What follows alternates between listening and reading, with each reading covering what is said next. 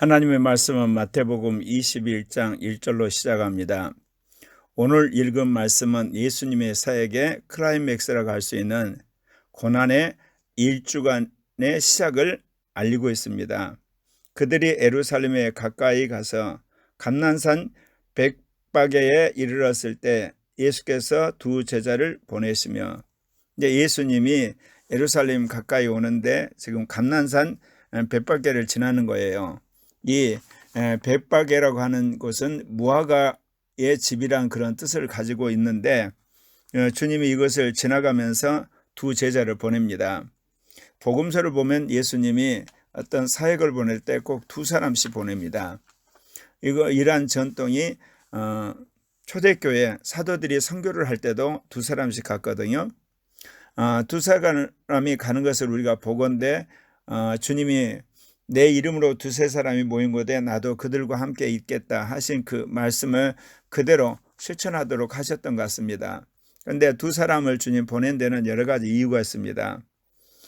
대부분 복음을 전하게 되면 복음에 대해서 적대적이고 그리고 조롱하고 그리고 그것을 반대하는 그런 지역에 가서 복음을 전하기 때문에 혼자 갔을 때 어떤 그 두려움이라든지 염려, 걱정들이 많잖아요.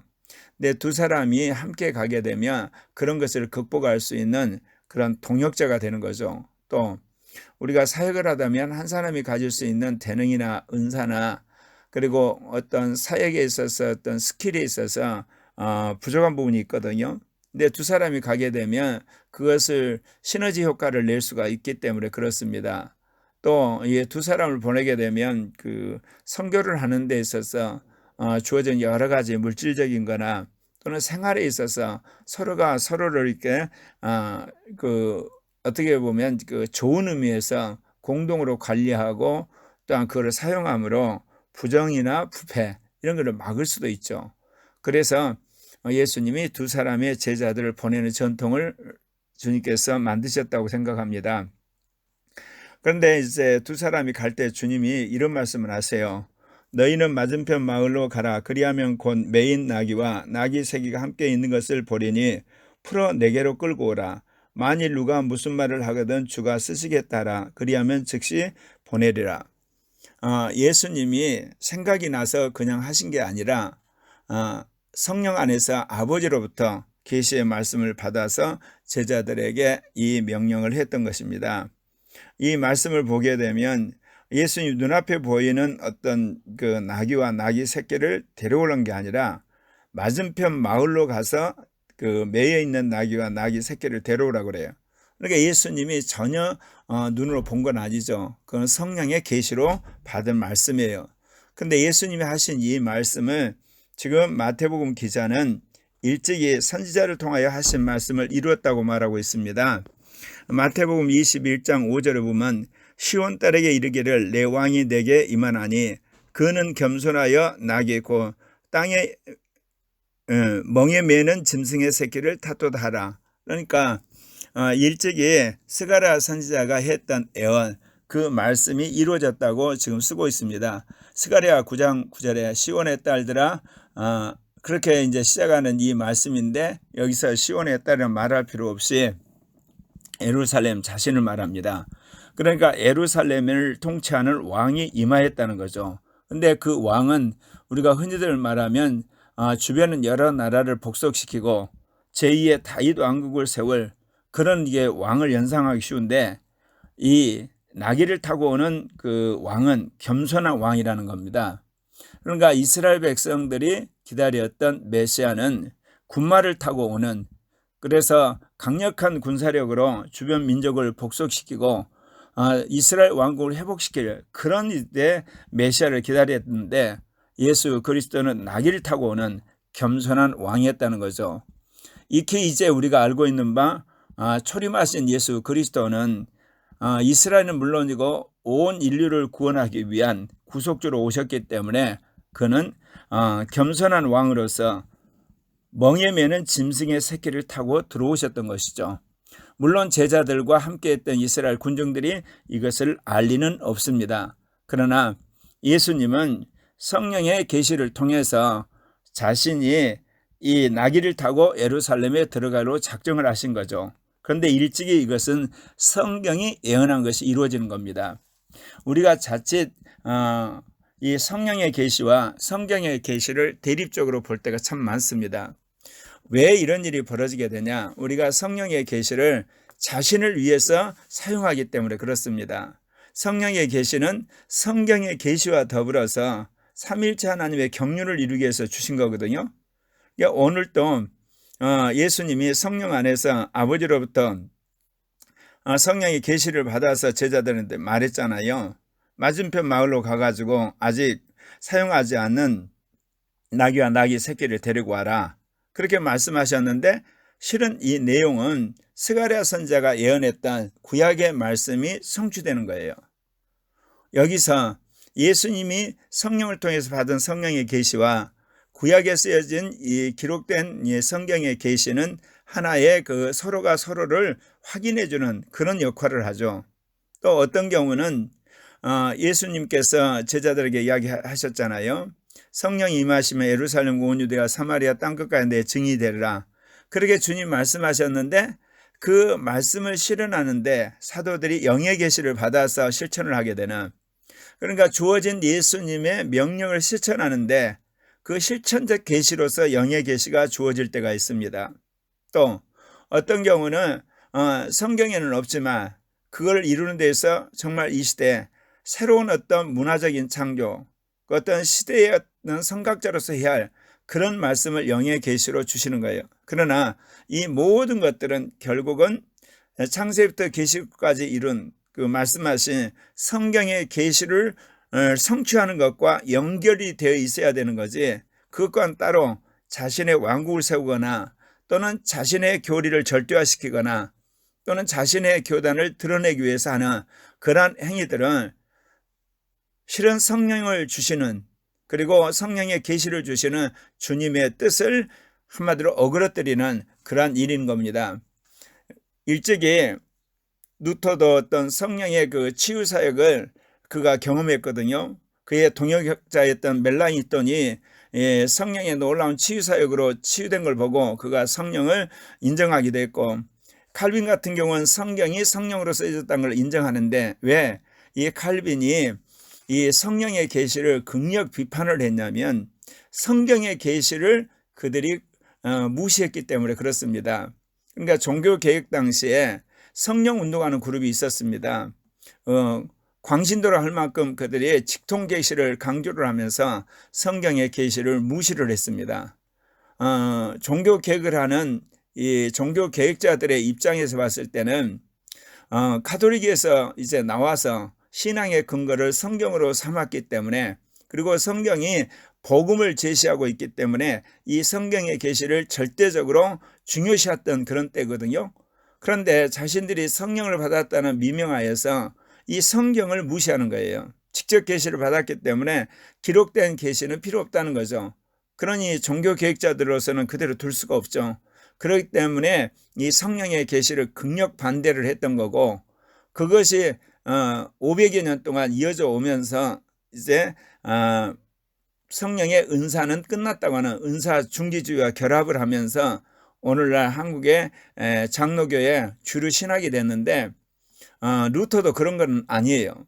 루터는 성령의 그런 치유 사역을 보면서 이 오늘날도 성령이 그런 역사를 한다는 것을 이야기를 했고, 칼빈도 기독교 강요에서 루터를 사도라고 이야기하거든요.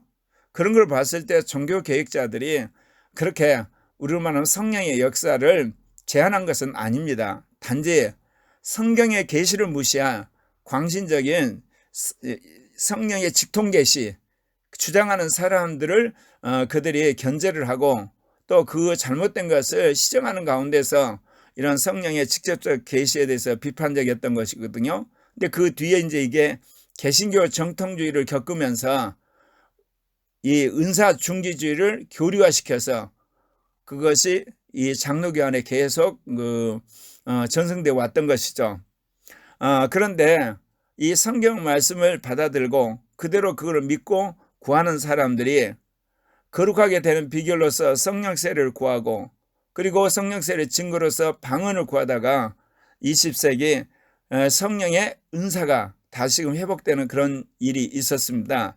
오순절 성령 운동이죠. 나중에는 그게 은사주의 운동이 되고 나중에는 제3의 물결이 되고, 그리고 이제 와서는 주님께서 제2의 종교개혁의 모토로서 성령으로 돌아가라 그런 말씀을 하셨는데, 오늘 특별히 여러분들에게 이 성경의 계시와 영의 계시, 이것은 대립되거나 또는 어떻게 보면 똑같은 것도 아니고, 어떤 경우는 성경의 계시를 확인하는 영의 계시를 주실 때가 있고, 어떤 때는 성경의 계시를 이제 보충하기 위해서 영의 계시를 주실 때가 있고, 어떤 때는 성경의 계시에 전혀 없는 새로운 영의 계시를 주실 때가 있습니다. 그러나 분명한 것은 창세부터 계시록까지 이르는 성령의 계시가 성취되는 과정 가운데 주시는 성령의 계시라는 것이지, 이것과 분리된 성령의 계시는 있을 수 없다는 거죠. 제자들이 가서 예수께서 명하신 대로 하여 나귀와 나귀 새끼를 끌고 와서 자기들의 겉옷을 그 위에 얹으며 예수께서 그 위에 타시니라. 그러니까 나귀를 끌고 왔는데 안장이 없기 때문에 제자들이 겉옷을 벗으니까 예수님이 그것을 안장 삼아서 앉으신 거죠. 이제 무리의 대다수가 그들의 겉옷을 길에 펴고 다른 이들은 나뭇가지를 베어 길에 펴면서 앞에 가고 뒤에 가고 그 무리가 예수님을 이제 찬양을 하는 겁니다. 그러니까 예수님이 나귀를 타고 가시는데 앞에 가는 무리가 있고 뒤에 따르는 무리가 있다는 겁니다. 어떤 이제 성서학자들은 그래요. 예수님과 함께한 제자들이 앞에 가서 이제 예수님의 가는 길을 이제 선도를 했는데, 예수님이 나사로를 살리는 그런 것들을 경험했던 그 무리들이 예루살렘에 왔다가 이 무리들이 지나는 걸 보고 이제 뒤에 따라왔다. 그래서 예수님의 이 나귀를 타고 가는 그 앞에는 예수님의 제자들과 함께했던 무리들이요, 또한 예수님의 기적을 경험했던 그런 그룹들은 뒤에 따라왔다, 그렇게 해석하기도 합니다. 호산나 다윗의 자손이여 찬송하리로다. 이 호산나는 지금 구원하시도다, 그런 뜻인데, 다윗의 자손이란 것은 이스라엘이 기다렸던 메시아에 대한 또 다른 이름입니다. 주의 이름으로 오시는 이여, 그토록 그들이 기다렸던 통치자의 이름으로 오신 그분을 찬양하는 거죠. 그러면서도 그들은 가장 높은 곳에 호산나 하리로다. 이 땅에서 지금 다윗의 자손으로 오시는 이분은 하늘에 인정을 받고 하늘에서 그 모든 것들을 허락하심으로 이 땅에 그 일이 이루어지기를 원해서 가장 높은 곳에 호산나, 그렇게 찬양을 했던 것이죠. 그래서 예수님이 예루살렘에 이제 들어가시니까 온 성이 소동을 하는 거죠. 왜냐하면 예수님이 나귀를 타고 오시는데 앞에 큰 무리가 선도를 하고 또 뒤에 큰 무리가 따라오면서 종려나무 가지를 흔들고 또 호산나 찬송하리로다, 주의 이름으로 오시는 이여, 큰 찬양을 하고 또 큰 소리로 지르니까 사람들이 깜짝 놀랄 건 말할 필요가 없잖아요. 무리가 이르되 갈릴리 나사렛에서 나온 선지자 예수라. 이 내용을 보게 되면 예수님이 사셨던 지역 갈릴리 나사렛, 그리고 그분이 했던 사역의 직분 선지자, 그리고 이름 예수, 이 모든 것이 나오거든요. 이것은 예루살렘에 지금 입성하신 예수 그리스도, 그분은 갈릴리 나사렛 사람으로 알려졌다고 하는 그 성경의 예언을 성취했다는 거죠. 그리고 여기서 선지자라는 것은 일찍이 모세라든지 그리고 구약에서 예언했던 그 선지자가 바로 예수라고 하는 이야기를 하고 있는 겁니다. 그러니까 일찍이 예언했던 나사렛 사람이라 불리웠던 나사렛 사람 예수, 그리고 이스라엘 가운데 보낸다고 했던 선지자, 그 선지자가 왔는데 이름은 예수라는 거죠. 그래서 여기서 이제 우리가 알 수 있는 것은 예수님이 나귀를 타고 예루살렘에 입성할 때 호산나 다윗의 자손이라고 했을 때 예수님은 이스라엘이 기다렸던 메시아죠. 그러나 정작 예수 그리스도의 직분을 이야기를 할 때는 뭐냐? 선지자라고 이야기를 하고 있는 겁니다. 그렇다면 마지막 예수님이 십자가에 못 박혀 죽으실 때는요, 이스라엘에 구속하기 위한 어린 양으로서 그는 죽으시고 부활하셔서 대제사장으로서 이제 우리를 위해 중보하시는 분이 되셨다는 거죠. 그러니까 예수 그리스도에 대한 호칭 속에 예수님의 세 가지 직분, 그러니까 왕으로서의 직분과 선지자로서의 직분과 이제 대제사장으로서의 직분, 이 세 가지 직분이 군중들에 의해서 그리고 이스라엘의 백성들에 의해서 우리가 불리워지는 것을 우리는 보게 됩니다. 그래서 종교개혁자들은 그리스도의 삼중직 그래가지고 세 가지를 이야기합니다. 왕직, 그리고 선지자직, 그리고 대제사장직 세 가지를 이야기하는데, 그것은 오늘날 예수를 믿는 우리들에게 주어진 세 가지 사역이기도 합니다. 왕적인 사역과 선지자의 사역, 그리고 제사장적 사역. 그런데 교회가 지금까지 했던 사역이 주로 이 제사장적 사역, 예수 그리스도를 믿음으로 구원을 받고 예수 그리스도가 우리를 위해서 중보하는 대제사장이라고 하나, 이 제사장적 사역을 강조하는데 21세기 이 기독교 제3시대에 우리에게 필요한 사역이 왕적인 사역, 그리고 또한 선지자적 사역이에요. 지금까지 우리가 교회 선교를 할 때 구제를 한다든지 봉사를 한다든지 어떤 선물을 준다든지 그런 사역을 하는데, 이건 개인적이고 또한 사회 봉사적인 선교지 않습니까? 그런데 21세기에 글로벌화된 이 기독교 제3시대는 이 민족적인 차원, 사회적 차원 또는 글로벌 차원에서 기독교가 인류에게, 그리고 국민에게, 그리고 수많은 가난한 사람들에게 어떤 사회적 공헌을 하느냐에 따라서 선교가 이제 성공하느냐 실패하느냐 그런 국면에 와 있는 겁니다. 예컨대 오늘날 우리나라의 가장 시급한 문제가 저출산 고령화, 그럴 때 교회가 나서서 저출산 고령화에 대한 해결책을 제시하고 그거를 먼저 실천하게 될 국민들이 교회에 대한 이미지가 바꿔질 겁니다. 그리고 교회가 앞서서 이제 남녀 평등을 실천하고 노사화합이라든지, 그리고 청년과 장년, 그리고 영혼함, 그런 문제를 구호가 아니라 실제적 운동으로 일으키게 된다면 수많은 사람들이 기독교에 대한 이미지가 이제 호전이 되고, 그래서 수많은 사람들이 교회에 오게 되고 예수 그리스도의 복음을 듣게 될 수 있다, 그 이야기입니다. 그렇기 때문에 기독교 제3시대, 글로벌 시대, AI 시대, 기독교 선교는 이런 봉사 선교 또는 어떤 구제 선교, 그리고 우리가 말하는 어떤 섬김의 선교, 이런 선교보다도 구조적 선교, 사회적 선교, 국가적 선교를 함께 할 때 폭발적인 교회 부흥의 역사가 있으리라 생각합니다. 오늘 말씀을 우리가 생각하면서 그리스도의 삼중직과 더불어 크리스찬의 삼중직을 마음에 새기고 그런 사역을 하는 고리학교의 형제 자매들이 되었으면 합니다.